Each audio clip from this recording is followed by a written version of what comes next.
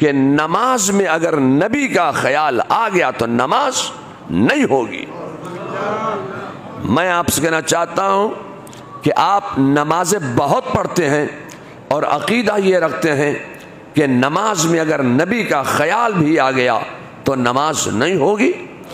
जब ये अकीदा अंग्रेजों के इशारे पर मुसलमानों में कंट्रोवर्सी पैदा करने के लिए, इख्तिलाफ पैदा करने के लिए जब ये अकीदा कौम को दिया गया तो उलमाए बिहार जमा हुए और उन्होंने मशवरे किए, जवाब देने की तैयारियां करने लगे।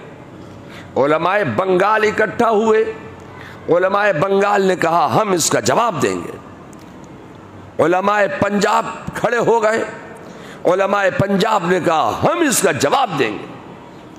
उलमाए सिंध खड़े हुए, उलमाए सिंध ने कहा हम इसका जवाब देंगे। उलमाए मध्य प्रदेश खड़े हुए, उलमाए केरल खड़े हुए, उलमाए तमिलनाडु खड़े हुए।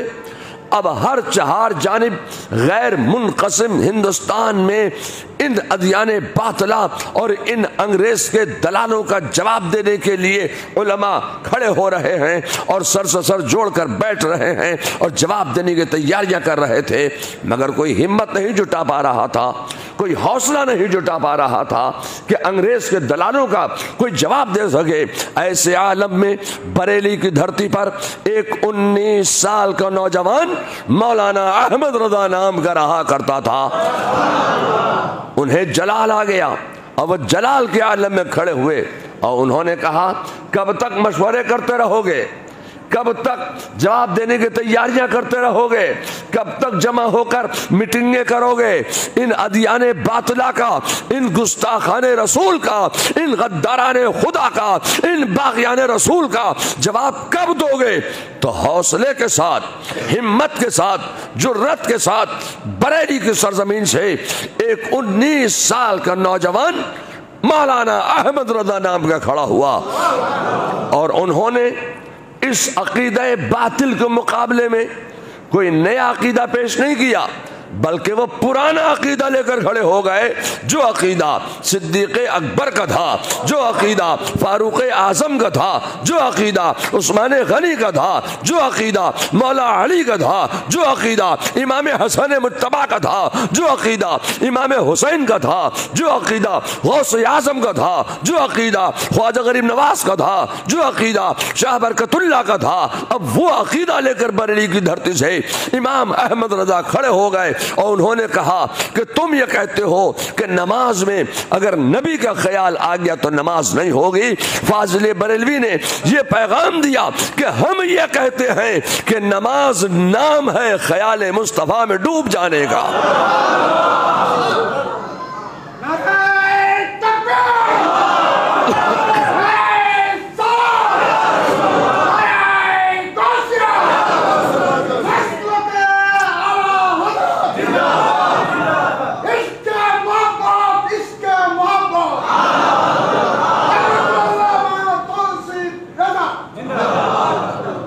क्या मतलब है? मतलब ये है कि हम जिस इमाम आज़म अबू हनीफा रज़ी अल्लाह तआला अन्हु के पैरू हैं, मुक़ल्लिद हैं, वो हमारे मुक़्तदा हैं, हम उनके मुक़्तदी हैं, हम उन्हीं की फ़िक़्ह हनफ़ी पर अमल करते हैं। तो फ़िक़्ह हनफ़ी के एतबार से नमाज में कितने फ़र्ज हैं? नमाज में है 7 फ़र्ज।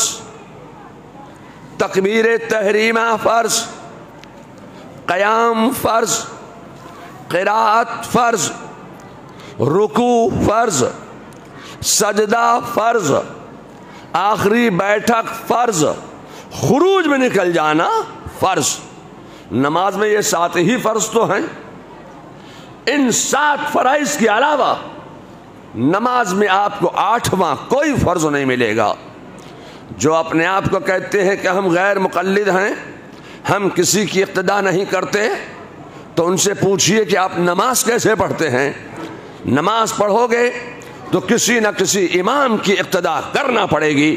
तो नमाज में है 7 फ़राइज़, मैं आपसे पूछना चाहता हूं कि आप नमाज में सूरह फातिहा पढ़ते हो कि नहीं पढ़ते हो? जोर से बोलिए, सूरह फातिहा पढ़ते हो ना?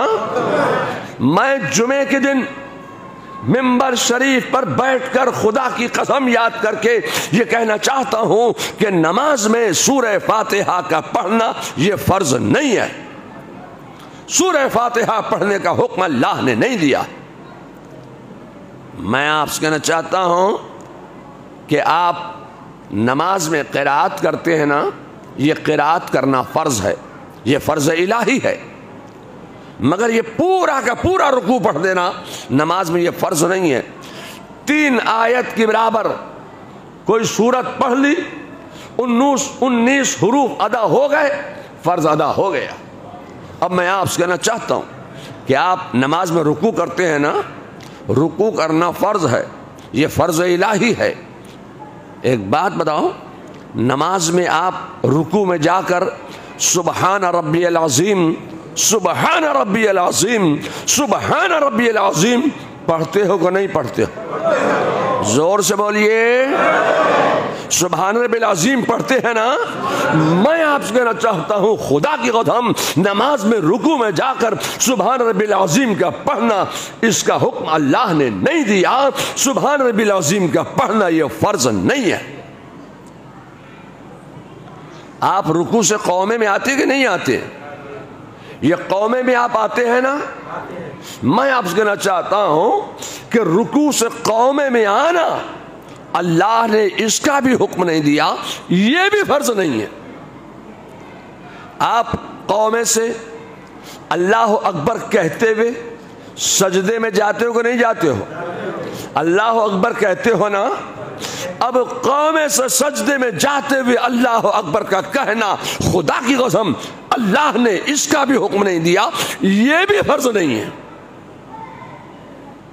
आप सजदा करते हैं ना, सजदा अल्लाह का फर्ज है। ये सजदा नमाज में फर्ज इलाही है, ये अल्लाह का फर्ज है। एक बात बताओ, सजदे में जाकर तुम सुबहान रब्बियल आला, सुबहान रब्बियल आला, सुबहान रब्बियल आला पढ़ते हो कि नहीं पढ़ते? मैं आपसे कहना चाहता हूं, खुदा की कसम, सजदे में जाकर सुबहान रब्बियल आला का पढ़ना अल्लाह ने इसका भी हुक्म नहीं दिया है, ये भी फर्ज नहीं है। आप सजदे से जब उठते हैं, सजदे से कादे में आते हुए आप अल्लाह अकबर कहते हो को नहीं कहते हो?